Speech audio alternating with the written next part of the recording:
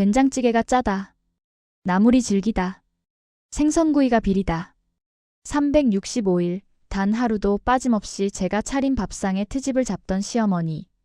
저는 그날 시어머니의 낡은 일기장을 열었습니다. 빛바랜 갈색 표지 안에 반찬 이야기는 단 한 줄도 없었습니다. 대신 거기엔 제가 상상조차 못했던 한 문장이 적혀 있었습니다. 저는 그 한 줄을 읽고 한참을 움직일 수가 없었습니다. 손끝이 떨렸고 눈앞이 흐려졌고 제 안에서 무언가 와르르 무너지는 소리가 들렸습니다. 그리고 깨달았습니다. 제가 이 집에서 보낸 3년이라는 시간 동안 저는 한 번도 시어머니의 진짜 목소리를 들은 적이 없었다는 것을. 이야기를 시작하기 전에 한 가지만 먼저 말씀드리겠습니다. 이 이야기는 착한 며느리의 미담이 아닙니다. 효도의 교훈을 전하려는 것도 아닙니다. 이것은 한 지붕 아래에서 매일 얼굴을 마주하면서도 서로의 마음을 단 한 번도 들여다보지 못했던 두 여자의 이야기입니다. 그리고 그 진실을 낡은 일기장 한 권이 알려주었습니다. 제 이름은 이수진, 올해 36살입니다. 결혼한 지는 8년째, 시어머니와 함께 살기 시작한 건 3년 전부터입니다. 남편 김도현은 평범한 회사원이고 저 역시 작은 출판사에서 편집 일을 하고 있습니다. 어디에서나 볼 수 있는 특별할 것 없는 가정이었습니다. 적어도 3년 전까지는 그랬습니다. 시어머니가 우리 집에 오시게 된 건 시아버지가 돌아가시고 나서였습니다. 폐암 판정을 받으신 지 8달 만이었습니다. 장례를 치르고 49제를 마친 어느 날 남편이 조심스럽게 말했습니다. 엄마 혼자 그 큰 집에 두면 안 될 것 같다고. 같이 살자고. 저는 고개를 끄덕였습니다. 그때는 그게 당연한 일이라고 생각했으니까요. 홀로 남으신 어머니를 모시는 것, 그건 사람이라면 마땅히 해야 할 도리라고 믿었습니다. 하지만 솔직히 말하면 그때 제가 끄덕인 건 진심. 어린 동이라기보다는 며느리로서 거절할 수 없는 상황에 대한 체념에 가까웠는지도 모릅니다. 시어머니 박영순 여사. 올해 73입니다. 처음 우리 집에 오셨을 때 시어머니는 조용한 분이셨습니다. 짐이라고는 옷가방 2개와 이불보 하나, 그리고 시아버지 영정사진이 전부였습니다. 본가의 그 많은 살림살이 중에서 딱 그것만 들고 오셨습니다. 작은 방에 짐을 풀면서도 패 끼치지 않겠다는 말을 연신하셨고 첫 며칠은 밥때가 되어도 부엌 근처에 얼씬하지 않으셨습니다. 밥상을 차려드리면 고맙다, 잘 먹겠다, 그 말뿐이었습니다. 그 조용함이 한 달을 넘기지 못했습니다. 정확히 기억합니다. 시어머니가 우리 집에 오신 지 34번째 되는 날 아침이었습니다. 제가 아침밥으로 된장찌개와 시금치나물, 달걀말이를 차렸습니다. 평소와 다름없는 소박한 아침 밥상이었습니다. 시어머니는 된장찌개를 한 숟갈 떠서 드시더니 숟가락을 내려놓으셨습니다. 그리고 말씀하셨습니다. 이거 좀 짜지 않니? 처음엔 그냥 의견인가 싶었습니다. 저도 맛을 봤습니다. 살짝 짠 감이 없지 않았습니다. 그래서 죄송하다고 말씀드렸습니다. 다음부터 간을 좀 더 조심하겠다고. 다음날 아침에도 된장찌개를 끓였습니다. 간장을 반 숟갈 줄이고 된장도 조금 덜 넣었습니다. 시어머니는 한 숟갈 드시더니 이번엔 다른 말을 하셨습니다. 오늘은 좀 싱겁구나. 저는 속으로 당황했지만 겉으로는 웃으며 말했습니다. 어머니 입맛에 맞게 조절해 볼게요. 시어머니는 아무 대답 없이 시금치나물을 젓가락으로 집으셨습니다. 그리고 또 한마디. 이 나물은 왜 이렇게 질기니? 데칠 때 좀 더 오래 삶아야지. 그날 이후 매일 아침이 그렇게 시작되었습니다. 처음 한두 달은 참을 수 있었습니다. 아니, 참는다기보다는 이해하려고 노력했다는 표현이 맞겠습니다. 시아버지를 잃고 삶의 터전까지 떠나 낯선 집에 와 계신 분이니 예민하실 수 있다고 생각했습니다. 음식이라는 게 그런 거잖아요. 수십 년 동안 자기 손으로 자기 입맛에 맞게 해 드시던 분이 갑자기 다른 사람의 손맛에 적응하셔야 하니 불만이 있으실 수도 있겠다 싶었습니다. 그래서 저는 정말 노력했습니다. 시어머니가 짜다고 하시면 간을 줄이고, 싱겁다고 하시면 간을 더하고, 질기다고 하시면 더 오래 익히고, 너무 물렀다고 하시면 살짝만 데쳤습니다. 그런데 이상한 일이 벌어지기 시작했습니다. 어제 짜다고 하신 된장찌개를 오늘 똑같이 끓이면 오늘은 싱겁다고 하셨습니다. 분명 어제 나물이 질기다고 하셔서 데치는 시간을 줄였더니 오늘은 왜 이렇게 풀이 안 죽었냐고 하셨습니다. 그러니까 제가 뭘 해도 어떻게 해도 시어머니의 입맛에 맞는 날은 오지 않았습니다. 마치 움직이는 관역을 향해 끝없이 활을 쏘는 기분이었습니다. 맞출 수가 없는 관역. 저는 그때부터 슬슬 지치기 시작했습니다. 결혼하고 8년 동안 저는 제 나름대로 괜찮은 며느리라고 생각했습니다. 명절마다 빠지지 않고 내려갔고 시아버지 병간호도 제가 앞장서서 했고 시어머니 생신에는 직접 미역국을 끓여드렸습니다. 큰 트러블 없이 적당한 거리를 유지하며 무난한 관계를 유지해 온 것이 제 고부관계의 전부였습니다. 그런데 같은 지붕 아래에서 사는 건 명절에 이틀 머무는 것과는 차원이 다른 문제였습니다. 아침에 눈을 뜨면 가장 먼저 드는 생각이 오늘은 뭘 해야 시어머니가 안 잡으실까? 그것이었습니다. 출근 전 1시간 일찍 일어나 밥을 짓고 반찬을 준비하면서 머릿속으로 끊임없이 시뮬레이션을 돌렸습니다. 된장찌개가는 이 정도면 되겠지. 멸치볶음은 좀 더 바삭하게 볶아야겠다. 깍두기는 어제 좀 시다고 하셨으니 오늘은 새로 담근 걸로 내야지. 그렇게 모든 것을 계산하고 예측하고 조심했지만 밥상 앞에 앉은 시어머니의 첫 마디는 언제나 불만이었습니다. 한 번은 이런 적이 있었습니다. 저녁에 갈비찜을 했습니다. 남편이 좋아하는 메뉴이기도 했지만 사실은 시어머니를 위한 것이었습니다. 결혼 전 남편에게 들었거든요. 어머니가 갈비찜을 좋아하신다고. 그래서 시장에서 좋은 갈비를 골라 3시간 동안 정성 들여 졸였습니다. 양념도 인터넷에서 전통 레시피를 찾아 따라했고 밤과 은행도 넣어 풍성하게 만들었습니다. 밥상에 올렸을 때 저는 솔직히 기대했습니다. 오늘은 한마디쯤 괜찮다고 해주시지 않을까? 아니, 맛있다까지는 바라지도 않았습니다. 그냥 아무 말 없이 드시기만 해도 좋겠다고 생각했습니다. 시어머니는 갈비를 하나 집어드시더니 가만히 씹으셨습니다. 그리고 말씀하셨습니다. 고기가 좀 질긴 것 같다. 우리 영감이 좋아하던 갈비찜은 이런 맛이 아니었는데? 그 말을 듣는 순간 저는 웃고 있었지만 속으로는 무언가가 찢어지는 기분이었습니다. 3시간을 서서 만든 음식에 대한 평가가 고작 돌아가신 시아버지의 입맛과 비교당하는 것. 그 순간 깨달았습니다. 이건 단순히 입맛의 문제가 아니라는 걸. 시어머니는 제 음식이 싫은 게 아니라 제가 만든 음식이라서 싫은 건지도 모른다는 생각이 스쳤습니다. 그 생각이 든 이후로 저는 조금씩 변하기 시작했습니다. 아침마다 밥상을 차리는 손의 정성보다 의무감이 실리기 시작했습니다.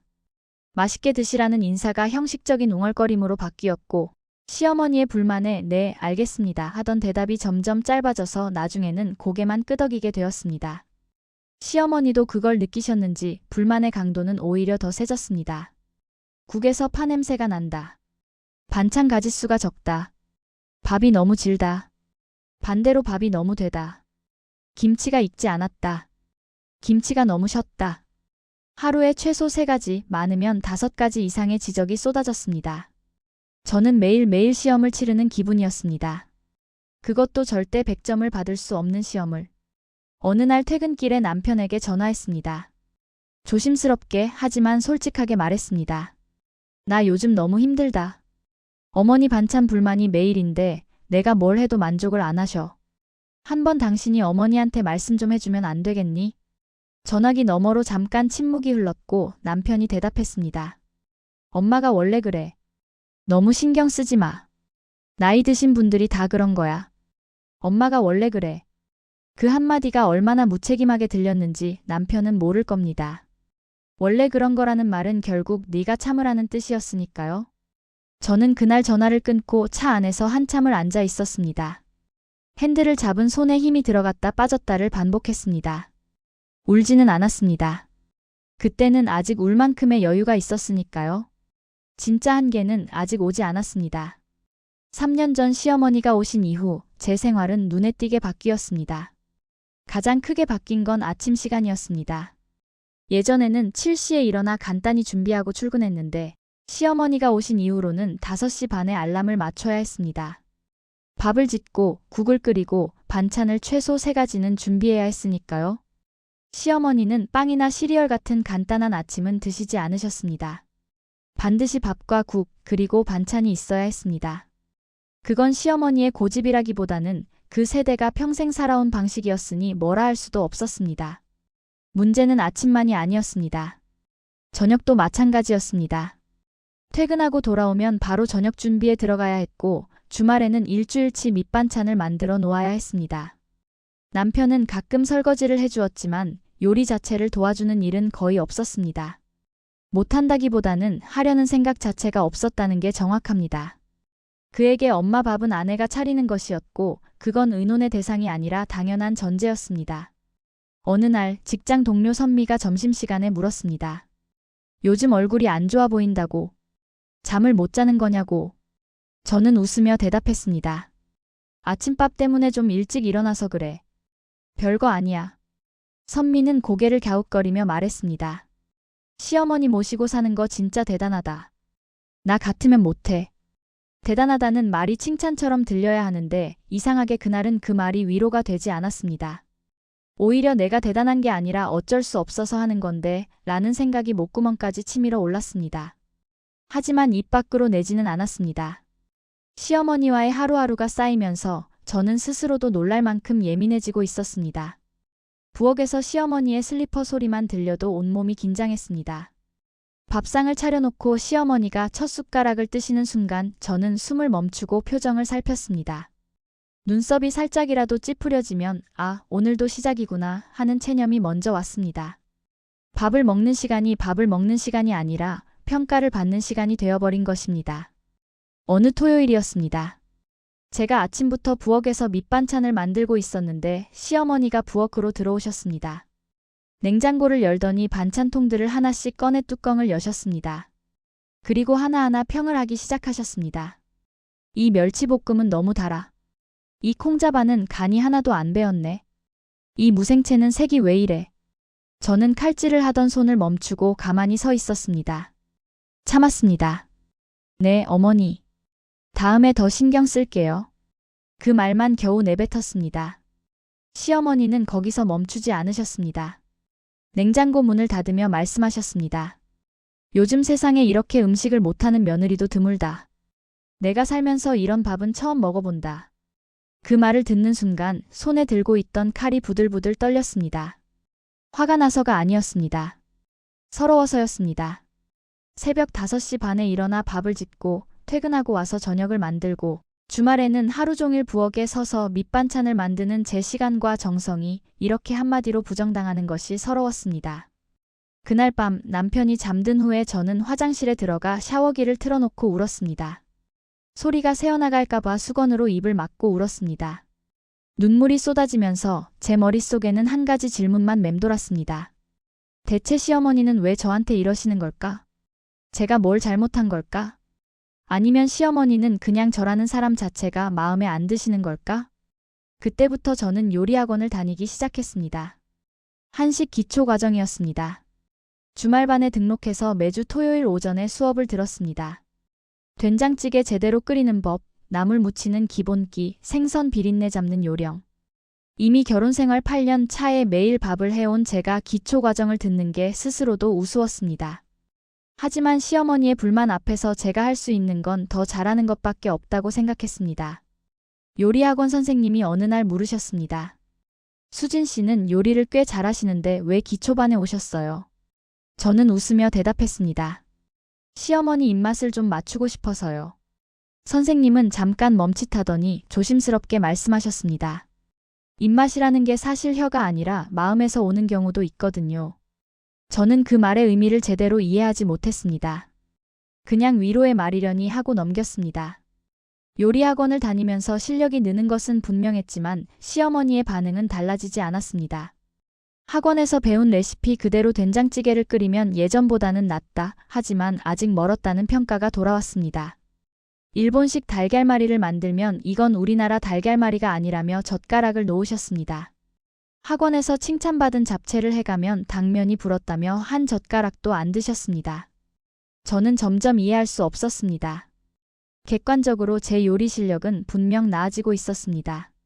남편도 요즘 밥이 맛있다고 했고 직장에 도시락을 싸가면 동료들이 맛있겠다며 부러워했습니다. 그런데 오직 시어머니만 제 음식에 만족하지 못하셨습니다. 그게 너무 이상했고 동시에 너무 화가 났습니다. 3년 차에 접어들면서 저와 시어머니 사이에는 보이지 않는 벽이 단단하게 세워져 있었습니다. 아침에 밥상을 차려드리고 나면 저는 곧장 방으로 들어갔습니다. 저녁 식사도 가능하면 시간을 달리했습니다. 시어머니가 먼저 드시게 해놓고 저는 늦게 먹거나 방에서 혼자 먹었습니다. 같은 집에 살면서 마주 앉아 밥을 먹는 일이 점점 줄어들었습니다. 피하고 싶었습니다. 밥상 앞에서 시어머니의 불만을 듣는 것이 더 이상 견딜 수 없었으니까요. 남편은 그런 저와 시어머니 사이의 냉기를 느끼면서도 애써 모른 척했습니다. 가끔 어색한 분위기를 감지하면 엄마 오늘 수진이가 만든 불고기 맛있지 같은 말로 분위기를 풀어보려 했지만 시어머니는 그런 남편의 말에도 고기가 좀 질긴 것 같다는 말을 빠뜨리지 않으셨습니다. 남편은 그때마다 어색하게 웃다가 자기 밥을 먹었습니다. 저는 그 어색한 웃음이 밉기도 하고 안쓰럽기도 했습니다. 어느 수요일 밤이었습니다. 야근을 하고 늦게 귀가한 날이었습니다. 11시가 넘은 시각 현관문을 열고 들어섰는데 거실 불이 켜져 있었습니다. 시어머니가 소파에 앉아 텔레비전을 보고 계셨습니다.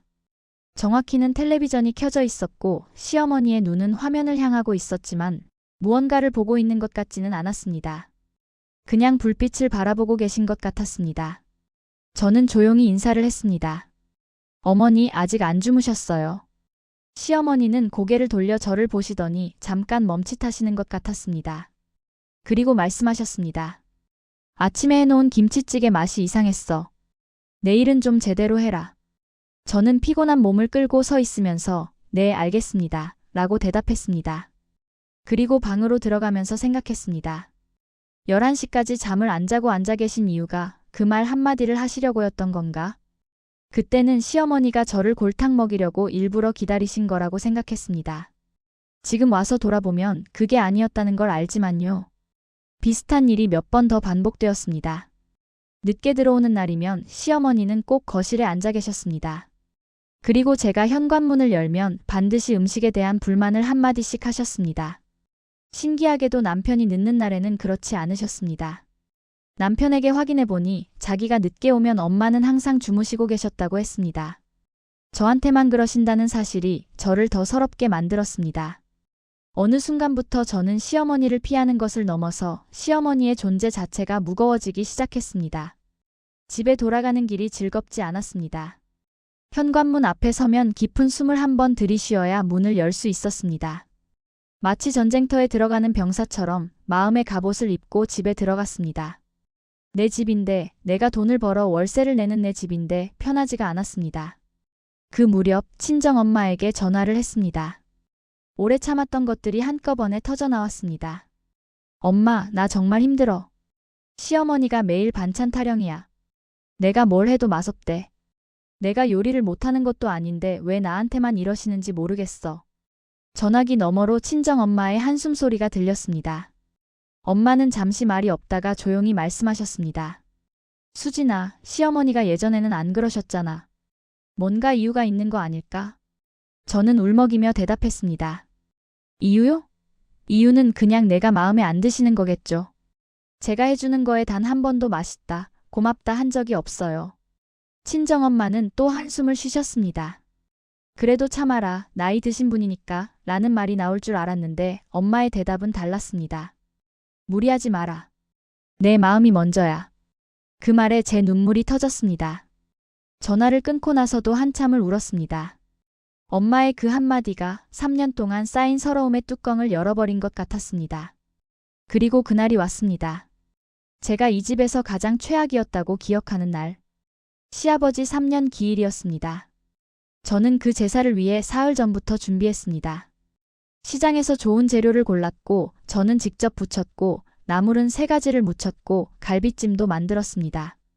시아버지가 생전에 좋아하셨다는 음식들을 남편에게 일일이 물어가며 상을 차렸습니다.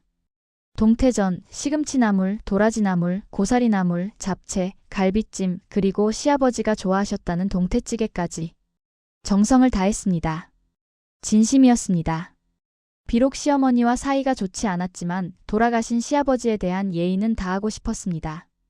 그건 며느리로서의 의무이기도 했지만 인간으로서의 도리이기도 했으니까요.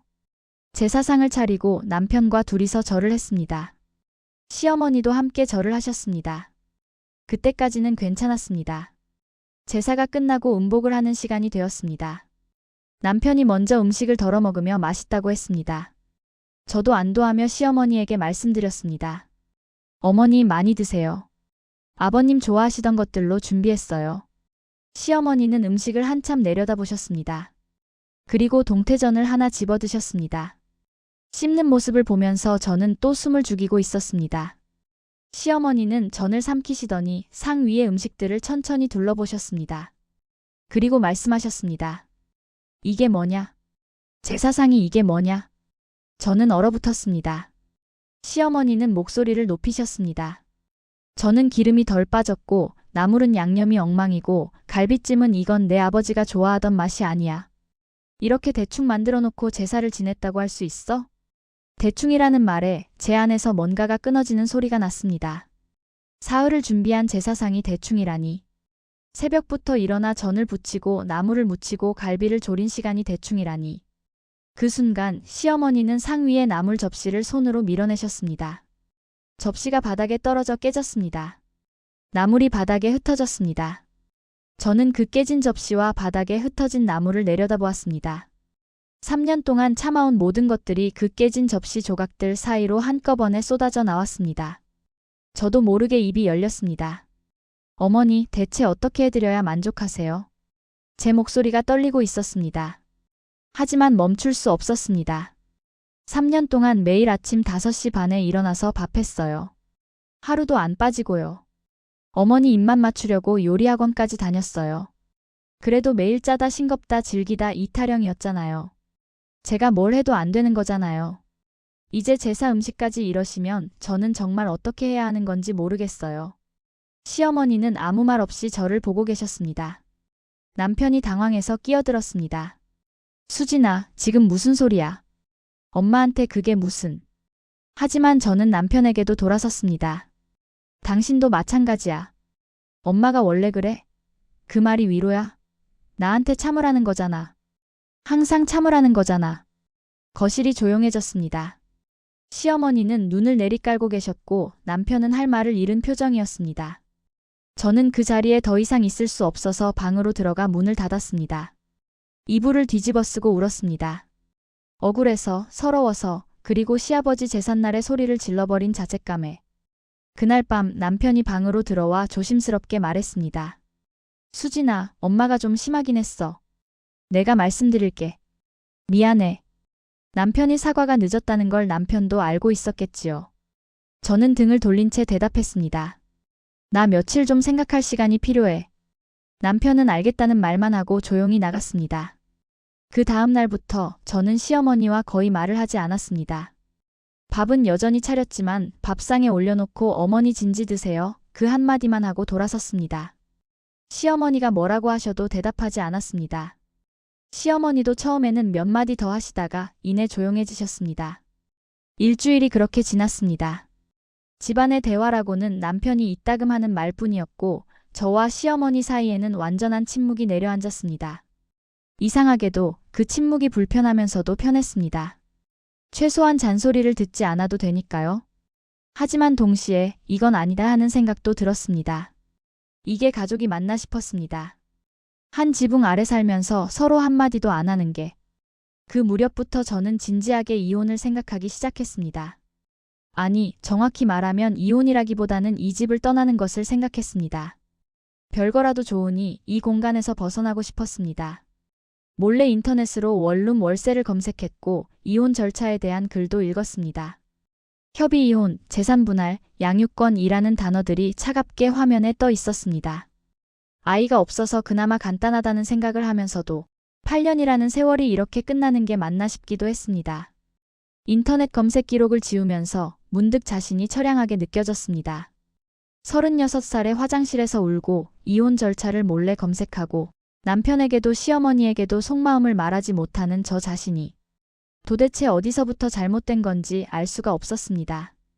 며칠 뒤 결심을 굳혔습니다. 일단 친정에 가서 좀 쉬면서 생각을 정리하자.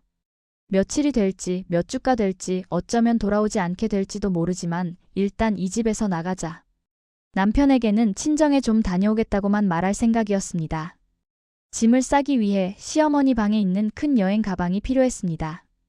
예전에 시어머니가 오실 때 가져오신 가방 중 하나가 시어머니 방 옷장 위에 올려져 있었습니다. 시어머니가 오전에 경로당에 가셔서 집에 안 계신 시간을 틈탔습니다. 시어머니 방에 들어가 옷장 위에 손을 뻗었습니다. 가방을 꺼내려다가 함께 무언가가 떨어졌습니다. 바닥에 툭 하고 떨어진 것은 낡은 갈색 표지의 노트 한 권이었습니다. 주워들었습니다. 표지에는 아무것도 적혀 있지 않았습니다. 그냥 오래된 노트북이었습니다. 모서리가 달아 있었고 표지에 얼룩이 져 있었습니다. 열어보면 안 된다는 걸 알았습니다. 남의 일기장을, 그것도 시어머니의 일기장을 몰래 보는 건 도의에 어긋나는 일이었습니다. 하지만 손이 먼저 움직였습니다. 무의식적으로 첫 페이지를 넘겼습니다. 첫 페이지에 적힌 날짜가 눈에 들어왔습니다. 3년 전. 시아버지가 돌아가신 바로 다음 날이었습니다. 오늘 영감이 떠났다. 44년을 같이 살았다. 이제 나 혼자다. 짧은 문장이었습니다. 하지만 그 짧은 글씨 위에 얼룩이 져 있었습니다. 눈물 자국이라는 걸 알 수 있었습니다. 저는 모르겠다는 듯 심장이 쿵 하고 내려앉았습니다. 페이지를 넘겼습니다. 며칠 뒤의 일기. 도연이가 같이 살자고 했다. 패 끼치기 싫지만 갈 데가 없다. 영감 없는 그 집에서 혼자 살 자신이 없다. 또 넘겼습니다. 시어머니가 우리 집에 오시고 열흘쯤 되었을 때의 일기. 수진이가 매일 아침 밥을 차려준다. 고맙다. 하지만 말이 안 나온다. 고맙다는 말을 하려고 하면 입이 안 떨어진다. 영감한테도 평생 고맙다는 말을 못했는데 저는 그 대목을 읽고 멈칫했습니다. 그리고 다시 넘겼습니다. 한 달쯤 뒤의 일기. 오늘 아침에 된장찌개가 짜다고 했다. 사실 짜지 않았다. 맛있었다. 그런데 맛있다는 말 대신 짜다는 말이 나왔다. 왜 그런지 모르겠다. 수진이 표정이 안 좋아졌다. 미안하다. 저는 그 문장을 2번 읽었습니다. 3번 읽었습니다. 사실 짜지 않았다. 맛있었다. 그 문장이 눈에 박혀서 떨어지지 않았습니다. 페이지를 넘기는 손이 떨리기 시작했습니다. 그 이후의 일기들은 하나같이 비슷한 패턴이었습니다. 오늘 수진이가 시금치나물을 무쳤다. 맛있었다. 하지만 또 질기다고 말해버렸다. 수진이가 네 알겠습니다 하고 들어가 버렸다. 아무도 내 옆에 안 앉는다. 오늘 하루 종일 혼자였다. 도연이는 회사, 수진이도 회사. 텔레비전을 켜놓고 하루 종일 앉아 있었다. 저녁에 수진이가 밥을 차려줬다. 고맙다고 말하고 싶었다. 또 못했다. 생선이 비리다고 했다. 수진이가 점점 나를 피하는 것 같다. 저는 숨이 막혀왔습니다. 페이지를 넘길 때마다 제가 기억하는 시어머니의 잔소리 하나하나에 대한 진짜 이야기가 펼쳐졌습니다. 시어머니가 짜다고 하셨던 된장찌개는 사실 맛있었습니다. 질기다고 하셨던 나물도 잘 무쳐진 것이었습니다. 비리다고 하셨던 생선도 문제 없었습니다. 시어머니는 제 음식이 싫었던 게 아니었습니다. 시어머니는 단지 제게 말을 걸고 싶었던 것이었습니다. 반찬에 대한 불만은 시어머니가 저에게 던질 수 있는 유일한 대화였습니다. 맛있다, 고맙다, 그런 따뜻한 말은 시어머니의 입에서 나오지 않았습니다. 평생을 그렇게 사신 분이었으니까요. 칭찬과 감사를 말로 표현하는 법을 한 번도 배우지 못한 세대. 사랑한다는 말 대신 밥은 먹었냐고 묻던 세대. 시어머니에게 반찬 트집은 저에게 건넬 수 있는 유일한 말걸기였던 것입니다. 일기장의 중간쯤에 이르렀을 때 저는 더 충격적인 내용을 발견했습니다. 약 6개월 전 날짜의 일기였습니다. 오늘 병원에 갔다. 요즘 자꾸 깜빡하는 게 걱정돼서. 의사가 말했다. 초기 치매 의심이라고. 정밀 검사를 하자고. 무서웠다. 아무한테도 말 못했다. 저는 그 페이지를 읽는 순간 심장이 멈추는 줄 알았습니다. 초기 치매.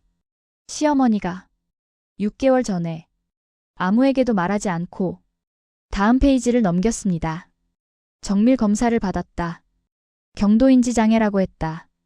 치매로 진행될 수 있다고. 약을 처방받았다. 수진이 몰래 약을 먹고 있다. 도연이한테도 말 안 했다. 말하면 짐이 될 것 같다.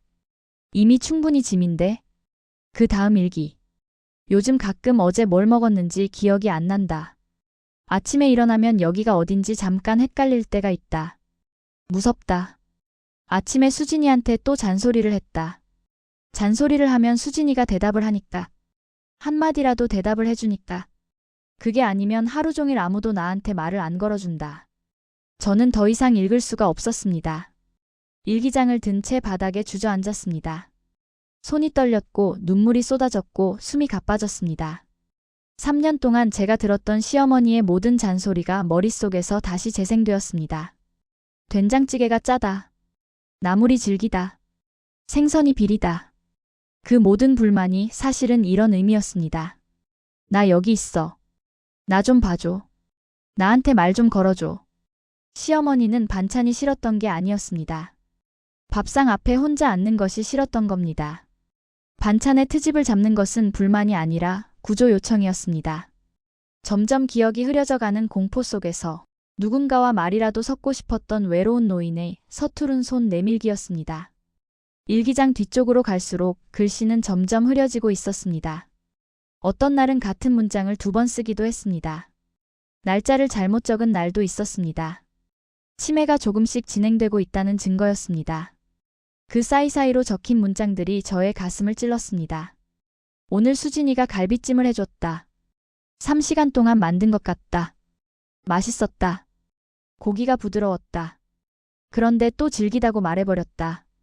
영감이 좋아하던 맛이 아니라고. 왜 그런 말을 했을까? 수진이 얼굴이 굳어졌다. 미안하다 수진아. 이 미안하다는 말을 왜 입으로는 못하고 여기에만 쓰고 있는 걸까? 그 대목에서 저는 그날 저녁을 기억해냈습니다. 갈비찜을 3시간 동안 만들고 시어머니에게 질기다는 소리를 듣고 화장실에서 울었던 그날. 시어머니는 제가 화장실에서 우는 동안 방에서 이 일기를 쓰고 계셨던 것입니다. 미안하다 수진아 라고. 또 다른 일기가 있었습니다. 제가 야근하고 늦게 들어온 날들에 대한 것이었습니다. 수진이가 늦는 날이면 거실에서 기다린다. 텔레비전을 틀어놓고 현관문 열리는 소리를 듣고 싶어서. 아무 말이라도 하고 싶어서. 오늘은 김치찌개 맛이 이상했다고 말했다. 사실 김치찌개는 안 먹었다. 그냥 할 말이 그것밖에 생각이 안 났다. 저는 그 대목을 읽으며 그날 밤 거실에 앉아 계시던 시어머니의 모습을 떠올렸습니다. 텔레비전을 보는 것 같으면서 안 보고 계시던 그 모습. 저는 그때 시어머니가 저를 일부러 기다려서 잔소리를 하시려는 거라고 생각했습니다. 하지만 시어머니는 그냥 누군가가 집에 돌아오는 소리를 듣고 싶으셨던 것이었습니다. 혼자 있는 긴 밤이 무서워서 현관문 열리는 소리를 기다리고 계셨던 것이었습니다. 제사날에 대한 일기도 있었습니다. 그날 시어머니가 나물 접시를 밀어 엎으신 그날. 오늘 영감 3년 기일이다. 수진이가 사흘 동안 준비했다. 상이 그럴듯했다. 영감이 좋아하던 것들이 다 있었다. 고마웠다. 맛있었다. 그런데 상을 보는 순간 영감 생각이 나서 미칠 것 같았다. 영감이 없는 제사상. 영감이 앉던 자리가 비어있는 것. 견딜 수가 없었다. 화가 났다. 영감한테 화가 난 건지 나한테 화가 난 건지 모르겠다. 수진이한테 화를 냈다. 접시를 엎었다. 수진이가 소리를 질렀다. 당연하다. 나라도 그랬을 것이다. 수진이가 방에서 우는 소리가 들렸다. 나도 방에서 울었다. 미안하다 수진아. 저는 일기장을 가슴에 안고 울었습니다. 그날 제사상을 엎으신 건 제 음식이 마음에 안 들어서가 아니었습니다. 3년 전 떠난 남편의 빈자리가 너무 아파서 그 아픔을 감당할 곳이 없어서 제게 쏟아버리신 것이었습니다. 저는 그때 시어머니의 아픔은 전혀 보지 못하고 제 서러움만 보고 있었습니다. 일기장의 마지막 부분에 이르자 글씨는 더욱 흐려지고 문장은 더 짧아져 있었습니다. 오늘도 혼자였다. 수진이가 나를 피한다. 당연하다.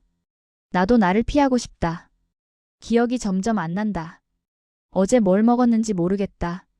무섭다. 아무도 나한테 말 걸어주는 사람이 없어서. 하루가 너무 길다. 그리고 가장 마지막에 적힌 일기. 날짜는 바로 어제였습니다.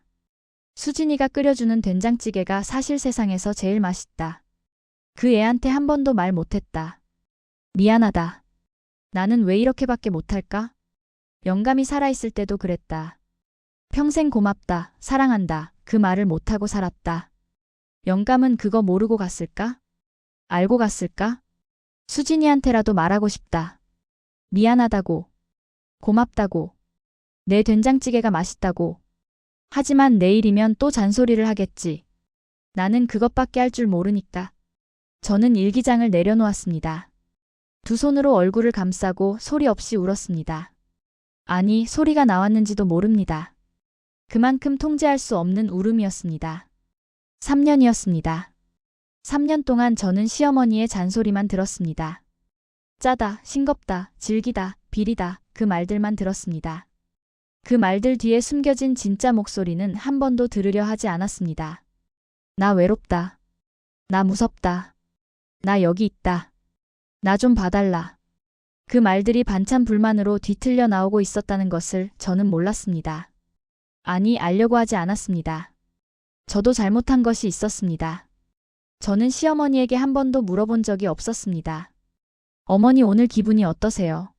어머니 오늘 뭐 하셨어요? 어머니 어디 아프신 데 없으세요?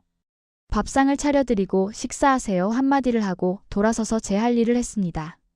시어머니가 하루를 어떻게 보내셨는지, 무슨 생각을 하고 계신지, 무엇이 두려우신지 한 번도 궁금해하지 않았습니다. 저에게 시어머니는 밥을 차려드려야 할 대상이었지 마음을 나눠야 할 사람은 아니었던 겁니다.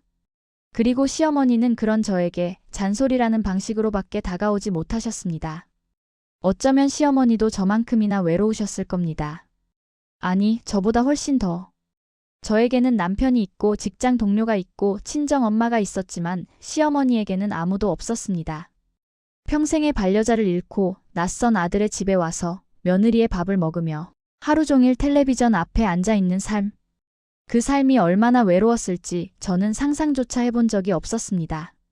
한참을 울고 나서 저는 일기장을 제자리에 올려놓았습니다.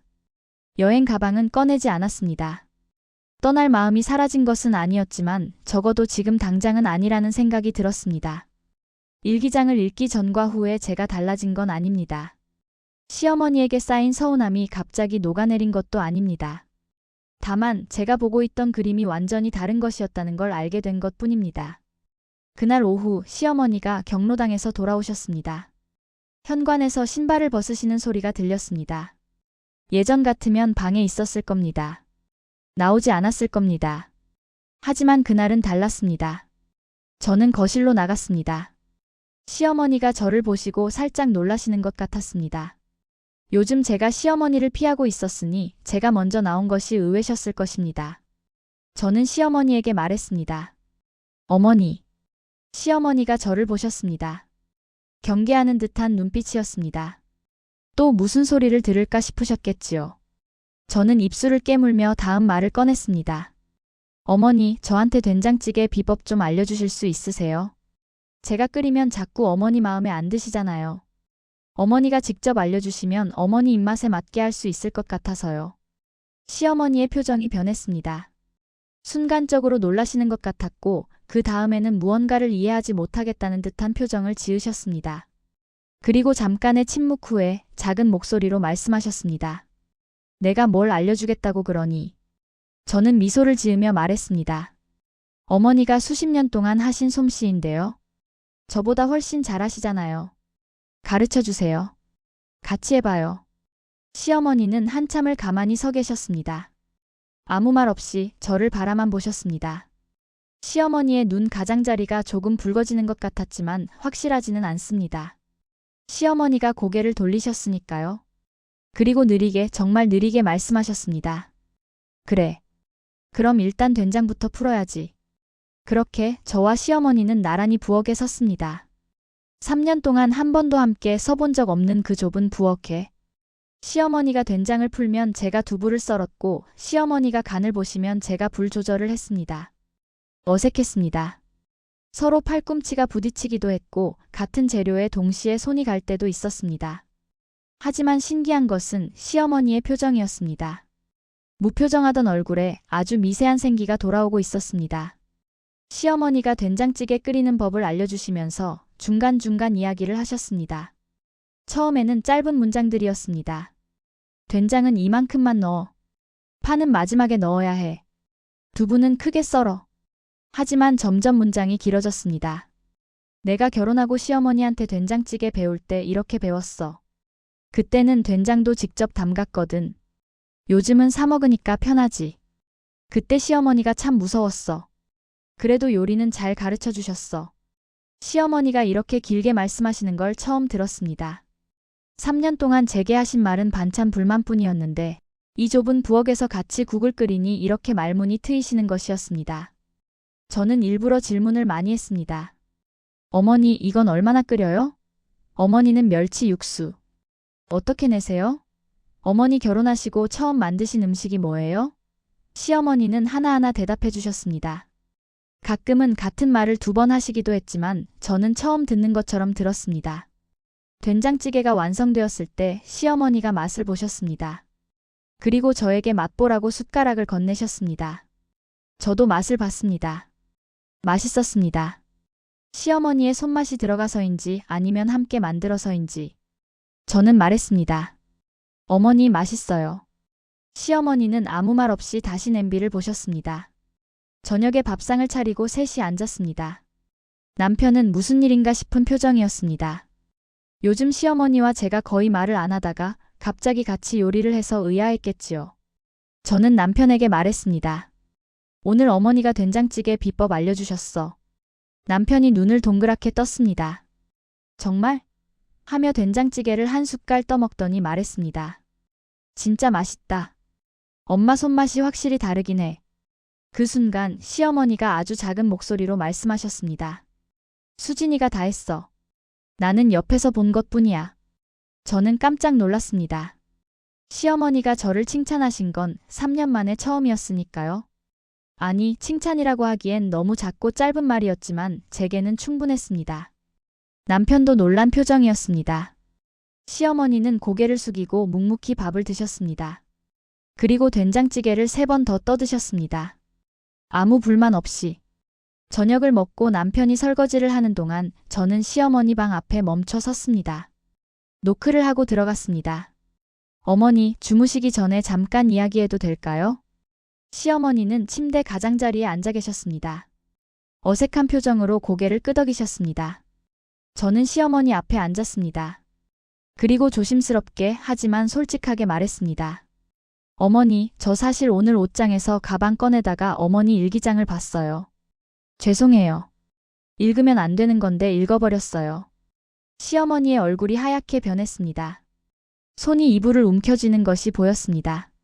한참 침묵이 흘렀습니다. 시어머니가 먼저 입을 여셨습니다. 다 읽었니? 저는 고개를 끄덕였습니다. 시어머니가 눈을 감으셨습니다.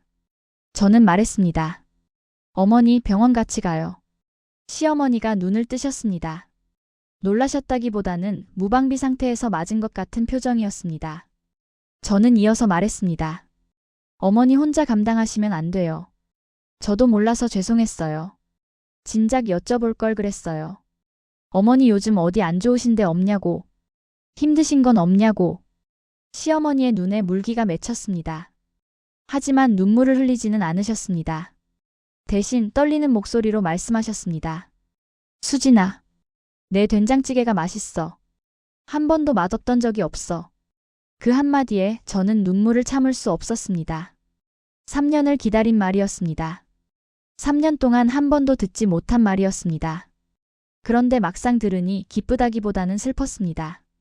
이 한마디를 위해 3년이라는 시간이 필요했다는 것이, 그리고 이 한마디 뒤에 초기 치매라는 진단이 숨어 있다는 것이. 시어머니가 또 말씀하셨습니다. 미안하다. 매일 잔소리만 해서. 나도 하기 싫었어. 그런데 달리 말할 줄을 몰라서. 저는 울면서 대답했습니다. 저도 죄송해요, 어머니. 저도 어머니한테 따뜻하게 못해드려서. 밥만 차려드리고 돌아서서. 어머니 마음은 한 번도 안 들여다봐서. 그날 밤 저와 시어머니는 처음으로 마주 앉아 오래 이야기했습니다. 시어머니는 시아버지와의 추억을 말씀해 주셨습니다. 젊었을 때 시아버지가 얼마나 무뚝뚝했는지, 그래도 비 오는 날이면 꼭 마중을 나왔다는 것, 아프기 전에 같이 간 마지막 여행이 속초였다는 것. 시어머니의 이야기를 들으며 저는 처음으로 시어머니를 한 사람의 여자로, 한 사람의 아내로, 한 사람의 인생으로 바라보게 되었습니다. 며느리의 시어머니가 아니라 사랑하는 사람을 잃고 외로움과 두려움 속에서 하루하루를 버텨온 한 인간으로. 다음 날 저는 남편에게 모든 것을 말했습니다. 일기장을 읽은 것, 시어머니의 치매 의심 진단 이야기. 남편은 충격을 받았습니다. 한참을 말이 없더니 저에게 미안하다고 했습니다. 엄마가 원래 그래 라는 말로 저를 혼자 감당하게 해서 미안하다고. 그리고 엄마한테 너무 무관심했다고. 저는 남편을 탓하지 않았습니다. 저도 마찬가지였으니까요. 우리 모두 같은 지붕 아래에서 서로를 너무 몰랐습니다. 그 주에 셋이서 병원에 갔습니다. 시어머니가 처음에는 괜찮다고 하셨지만 제가 같이 가자고 손을 잡으니 결국 따라오셨습니다. 의사 선생님은 경도인지장애 상태라고 다시 설명해 주셨습니다. 아직 일상생활에 큰 지장은 없지만 관리를 하지 않으면 치매로 진행될 수 있다고. 약물 치료와 함께 인지훈련, 규칙적인 생활, 그리고 무엇보다 사회적 교류가 중요하다고 하셨습니다. 혼자 두지 마시고 많이 대화하시고 함께하는 활동을 만드세요. 의사 선생님의 말씀이 귓가에 맴돌았습니다. 병원에서 돌아오는 차 안에서 시어머니는 뒷좌석에 앉아 창밖을 보고 계셨습니다. 한참을 아무 말씀이 없으시다가 작은 목소리로 말씀하셨습니다. 짐이 되고 싶지 않았는데? 남편이 운전대를 잡은 채 대답했습니다. 엄마, 짐이 아니야. 저도 뒤를 돌아보며 말했습니다. 어머니, 짐이라고 생각하지 마세요. 우리 가족이잖아요. 가족이라는 말.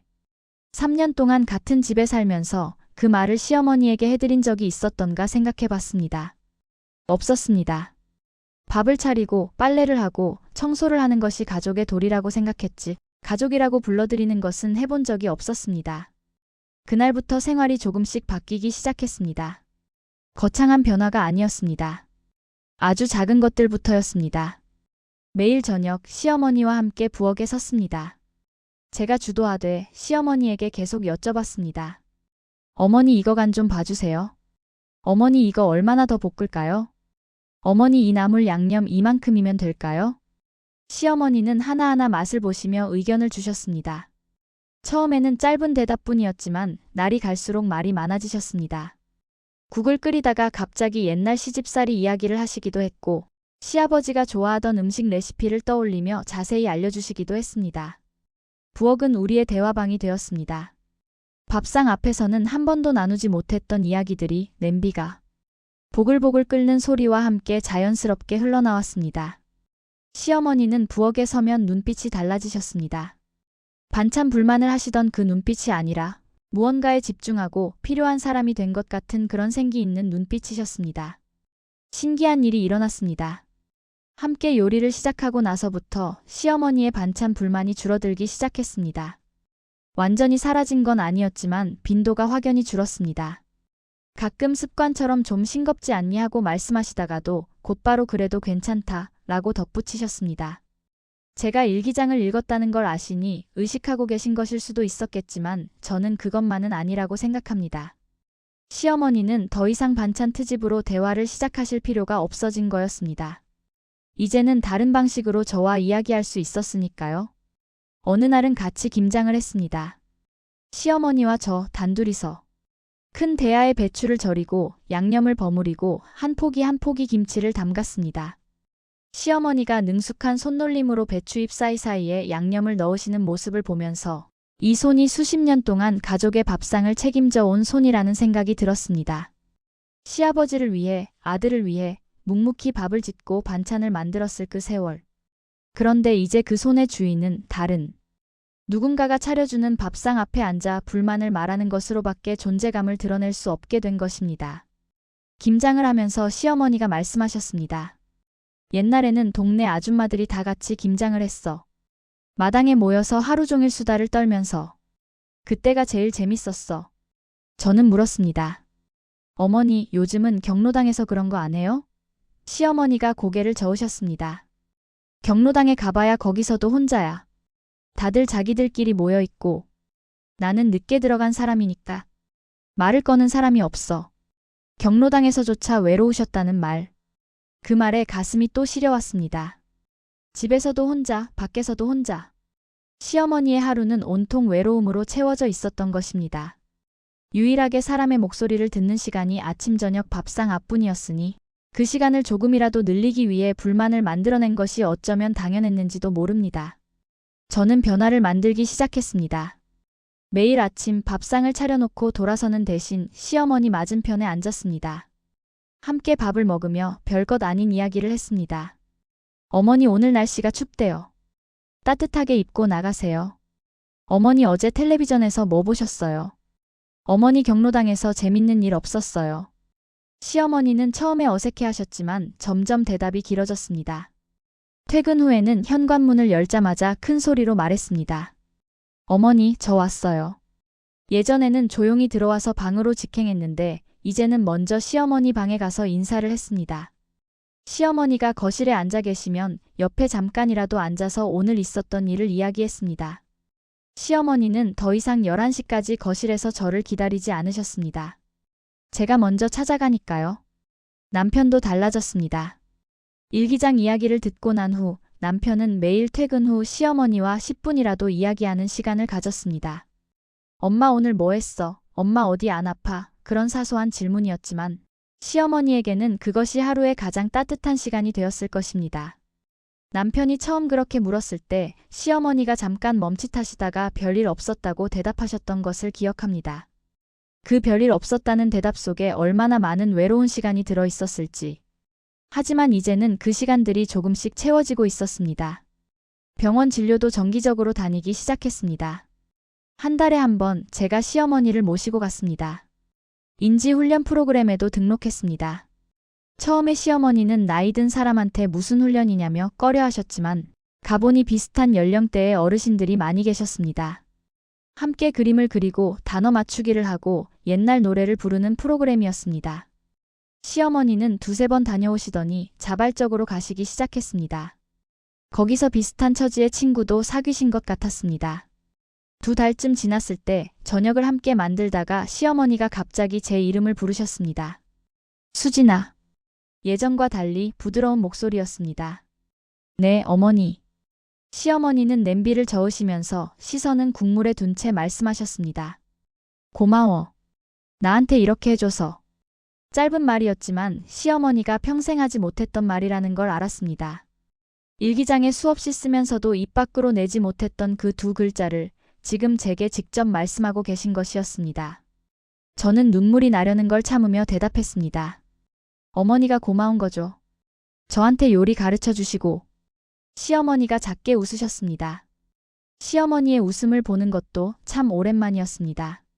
그러고 보면 변한 건 시어머니만이 아니었습니다. 저도 변했습니다. 예전에는 밥상을 차리는 것이 의무이고 고역이었는데 이제는 조금 다르게 느껴졌습니다. 시어머니가 옆에 서서 이것저것 알려주시면서 옛날 이야기를 해주시고 가끔은 제 이야기도 물어봐 주시면서 부엌에서의 시간이 고되기만 한 시간이 아니게 되었습니다. 물론 여전히 피곤했고 가끔은 혼자 쉬고 싶은 날도 있었습니다. 하지만 적어도 제가 만든 밥이 누군가에게 맛있다는 것을 아는 것, 그것만으로도 마음이 달랐습니다. 시어머니의 일기장을 발견하지 못했다면 저는 정말 이 집을 떠났을까요? 아마 그랬을 겁니다. 짐을 싸서 친정으로 가고 남편과 별거를 하고 어쩌면 이혼까지 갔을지도 모릅니다. 그리고 시어머니는 또다시 혼자가 되셨겠지요. 아들의 집에서 쫓겨난 것이나 다름없는 상황에서 더 깊은 외로움과 자책 속에서 치매는 더 빠르게 진행되었을 것입니다. 생각만 해도 아찔합니다. 어쩌면 그 낡은 일기장이 우리 가족을 구한 것인지도 모릅니다. 3달이 지나고 반년이 지나자 우리 집의 분위기는 완전히 달라져 있었습니다. 아침마다 전쟁터 같던 밥상이 조용하고 평화로운 시간이 되었습니다. 시어머니는 여전히 가끔 오늘 국이 좀 싱거운 것 같다 정도의 말씀을 하셨지만 그 뒤에 꼭 그래도 먹을 만하다 라는 말을 붙이셨습니다. 저는 그 작은 변화가 시어머니에게 얼마나 큰 노력인지 알았기 때문에 감사한 마음으로 받아들였습니다. 어느 일요일 아침이었습니다. 제가 평소보다 늦게 일어났습니다. 부엌에서 소리가 났습니다. 나가보니 시어머니가 밥을 짓고 계셨습니다. 된장찌개도 끓이고 계셨습니다. 저는 놀라서 물었습니다. 어머니, 이거 혼자 하신 거예요? 시어머니가 대답하셨습니다. 네가 피곤할 것 같아서. 오늘은 내가 해줄게. 시어머니가 차려주신 밥상 앞에 앉았을 때 저는 숟가락을 들지 못하고 잠시 밥상을 바라보았습니다. 된장찌개, 시금치나물, 달걀말이. 제가 3년 전 처음 차렸던 바로 그 메뉴였습니다. 시어머니가 짜다고 하셨던, 질기다고 하셨던 그 아침 밥상과 똑같은 구성이었습니다. 우연이었을까요? 아니면 시어머니가 기억하고 계셨던 것일까요? 저는 된장찌개를 한 숟갈 떠먹었습니다. 맛있었습니다. 정말로 세상에서 제일 맛있는 된장찌개였습니다. 저는 시어머니에게 말했습니다. 어머니, 정말 맛있어요. 이거 어떻게 이렇게 맛있어요? 시어머니는 별것 아니라는 듯 손을 저으셨지만 입꼬리가 살짝 올라가는 것을 저는 보았습니다. 시어머니가 맛있다는 말을 들으신 것도 아마 오래간만이셨을 겁니다. 그날 이후로도 시어머니는 가끔 아침을 직접 차려주셨습니다. 제가 피곤해 보이는 날이면 일찍 일어나 밥을 지으셨습니다. 저는 처음에 어머니 제가 할게요 하다가 시어머니의 표정을 보고 그만두었습니다. 시어머니에게 요리는 단순한 가사 노동이 아니었습니다. 누군가를 위해 밥을 짓는다는 것, 그것은 시어머니가 자신의 존재를 확인하는 방식이었습니다. 수십 년 동안 가족을 위해 밥을 지어온 사람이 갑자기 밥을 먹기만 하는 사람이 되었을 때의 상실감. 저는 그것을 너무 늦게 이해했습니다. 치매 정기검진에서 의사 선생님이 말씀하셨습니다. 인지기능 저하 속도가 많이 늦춰졌다고. 약의 효과도 있지만 생활 환경이 좋아진 것 같다고. 많이 대화하시고 함께 활동하시는 게 큰 도움이 된 것 같다고. 저는 옆에서 시어머니의 손을 잡고 들었습니다. 시어머니는 아무 말 없이 제 손을 살짝 쥐셨습니다. 돌아오는 차 안에서 시어머니가 갑자기 말씀하셨습니다. 수진아, 나 고백할 게 있어. 저는 긴장하며 뭔데요? 라고 물었습니다. 시어머니가 말씀하셨습니다. 사실 내가 처음 시집 왔을 때 너한테 잘해주고 싶었어. 근데 어떻게 해야 하는지 몰랐어. 우리 시어머니한테는 구박만 받고 살았거든. 시어머니한테 잘해주는 법을 본 적이 없으니까 며느리한테 어떻게 해야 하는지를 모르더라고. 그래서 결국 내 시어머니처럼 되어버렸어. 그 고백은 제 마음을 깊이 흔들었습니다. 시어머니도 한때는 누군가의 며느리였습니다. 지금의 저처럼 밥상 앞에서 잔소리를 듣고 눈물을 삼키고 서러움을 견뎠을 것입니다. 그 상처가 치유되지 못한 채 대물림되어 저에게까지 온 것입니다. 시어머니가 미워지지 않았습니다. 오히려 안타까웠습니다. 사랑을 표현하는 법을 배우지 못한 세대의 슬픔이 고스란히 시어머니의 어깨 위에 올라와 있었습니다. 저는 대답했습니다. 어머니, 괜찮아요. 지금부터 하시면 되죠. 저도 어머니한테 잘 못했어요. 우리 이제부터 잘하면 되죠. 시어머니가 고개를 끄덕이셨습니다. 그래, 이제부터 잘하자. 그로부터 몇 달이 더 지났습니다. 계절이 바뀌고 또 바뀌었습니다. 우리 집 부엌에는 이제 두 사람의 앞치마가 나란히 걸려 있습니다. 하나는 제 것이고 하나는 시어머니 것입니다. 매일 저녁 퇴근하고 돌아오면 시어머니가 이미 재료를 꺼내놓고 기다리고 계십니다. 오늘 뭐 할까? 라는 시어머니의 물음으로 저녁 준비가 시작됩니다. 시어머니는 여전히 완벽하지 않으십니다. 가끔 같은 말을 반복하시고 냄비 불을 끄는 것을 잊으시기도 합니다. 약 드실 시간을 놓치시는 날도 있습니다. 하지만 그럴 때마다 제가 옆에서 자연스럽게 챙겨드립니다. 어머니 약 드셔야죠. 어머니 불 줄여야 해요. 어머니 이거 아까 말씀하셨어요. 시어머니는 그때마다 아이고 또 깜빡했네 하시며 웃으십니다. 그 웃음이 예전에는 없던 것입니다. 요즘 시어머니의 일기장에는 새로운 문장들이 적혀 있을 것입니다. 물론 저는 더 이상 몰래 읽지 않습니다. 하지만 시어머니의 표정을 보면 알 수 있습니다. 오늘 하루가 어제보다 조금 덜 외로웠다는 것을.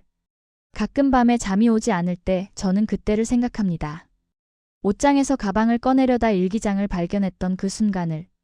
만약 제가 그 일기장을 열지 않았다면, 만약 그냥 가방만 꺼내고 짐을 싸서 떠났다면 지금 이 자리에 없었을 것입니다.